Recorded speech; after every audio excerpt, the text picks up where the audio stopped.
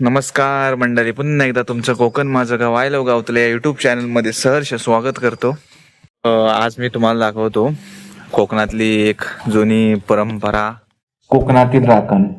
ही कोकणातील राखण अनेक गावांमध्ये पिढ्यानपिढ्या चालत आलेली लोक परंपरा आहे. जास्त पीक यावी आणि संकटे दूर व्हावी म्हणून राखण दिली जाते. अनेक ठिकाणी नारळ, कोंबडा किंवा इतर काही देऊन राखणदाराची पूजा केली जाते. ह्याविषयी अजून काही माहिती असेल तर नक्की कमेंट बॉक्स मध्ये सांगा. चला भेटूया खाली गेल्यावरती. व्हिडिओ शेवटपर्यंत बघा. व्हिडिओ आवडली तर व्हिडिओला लाईक करा, शेअर करा, कमेंट करा आणि आपल्या युट्यूब चॅनल नक्की सबस्क्राईब करायला विसरू नका.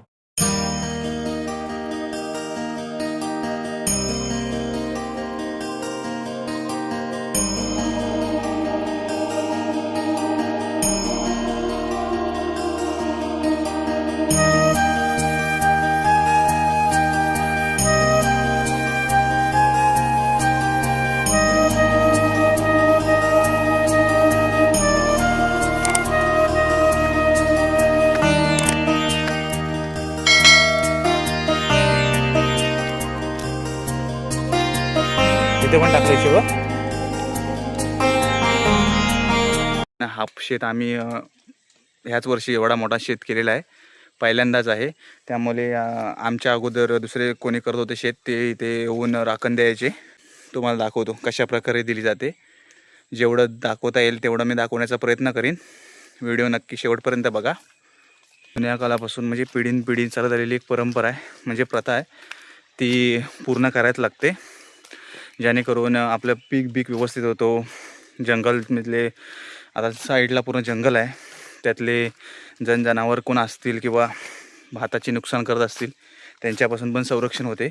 म्हणजे एक प्रकारचे देवालाच म्हणजे जागेवाल्याला ती राखण दिली जाते.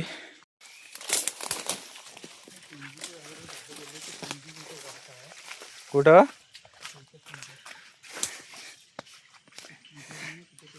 छत्री आणू ना?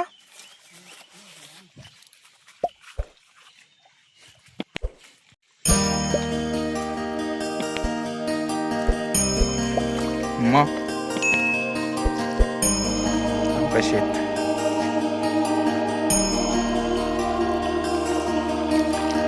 तिकडे वरती द्यायचे आहे.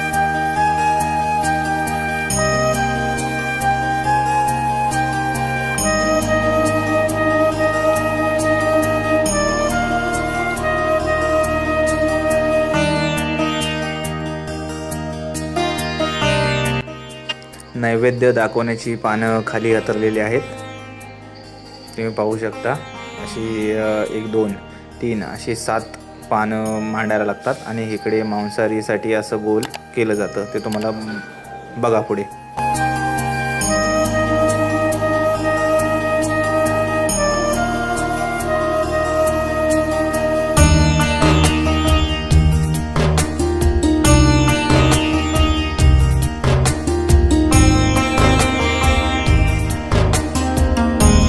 सात पानं हातरलेली आहेत, खाली 7 पानं लावलेली आहेत. आता पचकथा अंडा काढलेला आहे, तो तिकडे बाजूला द्यायला लागतो.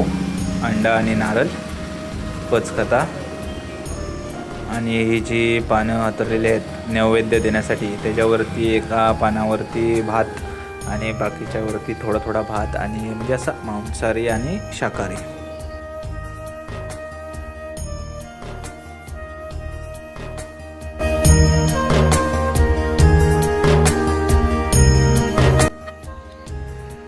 सर्व गोष्टी घरातूनच आणलेल्या आहेत, कारण घरी तयारी पहिली केली होती म्हणजे दुपारी. त्यानंतर इथे डायरेक्ट इथे सर्व सामान घेऊन आलेलं आहे. तांदूळ, हळद नाही, आपली पिंजरला आपले अबीर लागतो आणि काली पिंजर लागते. आता अगरबत्ती लावतात आणि अगरबत्ती लावून झाल्याच्या नंतर तो अंडा जो आहे तो तिकडे जाऊन तिथे अंडा ठेवून नारळ फोडायचा असतो. बघा पुढे कसं पिढ्यान चालत आलेली ही प्रथा आहे, ती करायच लागते. शेती केली की झालं नाही, अशा पण काही गोष्टी असतात. तशा जागा पण तशा असतात. राखणदाराच्या, जिथे राखणदाराला राखण दिली जाते. जो मगाशी पाहिलात तो अंडा ह्या ठिकाणी ठेवला जातो, अगरबत्ती लावली जाते आणि देवाच्या पाया पडून, राखणदाराच्या पाया पडून तो नारळ असतो तो तिथं फोडला जातो.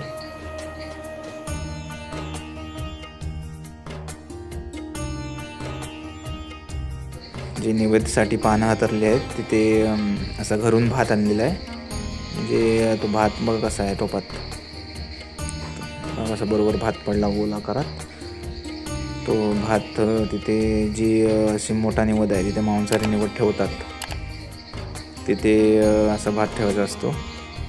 तुमच्या इकडे पण अशा प्रकारे राखण दिली जात असेल तर नक्की कमेंटमध्ये सांगा. त्यानंतर प्रत्येक निवद म्हणजे जो पान आहे निवदाचा त्याच्यावरती थोडा थोडा भात ठेवून असं थोडा भात ठेवायचा असतो प्रत्येक जे पान आहेत ना त्याच्यावरती.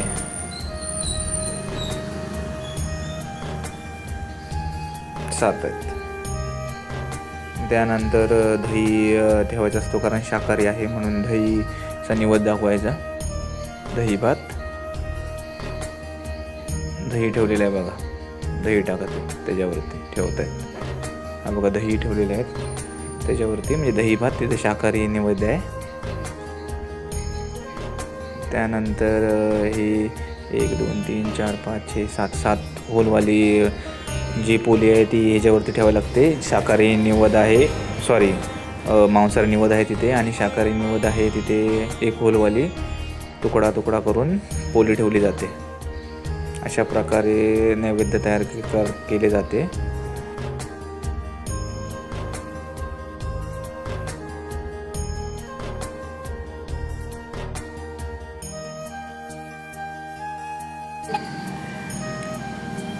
त्याच्यावरती त्या भातावरती नैवेद्यावरती काली पिंजर टाकलेली आहे.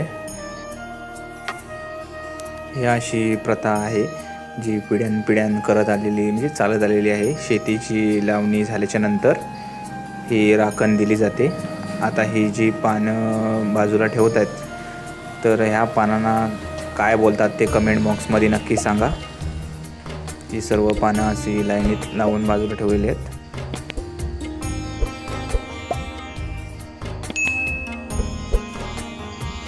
आता नैवेद्य दाखवत आहेत, पाणी हे करून राखणदाराच्या पाया पडून हे जे नैवेद्य आहे ते मान्य करून घे. काय चूक भूल झाली असेल तर माफी असावी, असं गाराणं घातलं जातं राखणदाराला.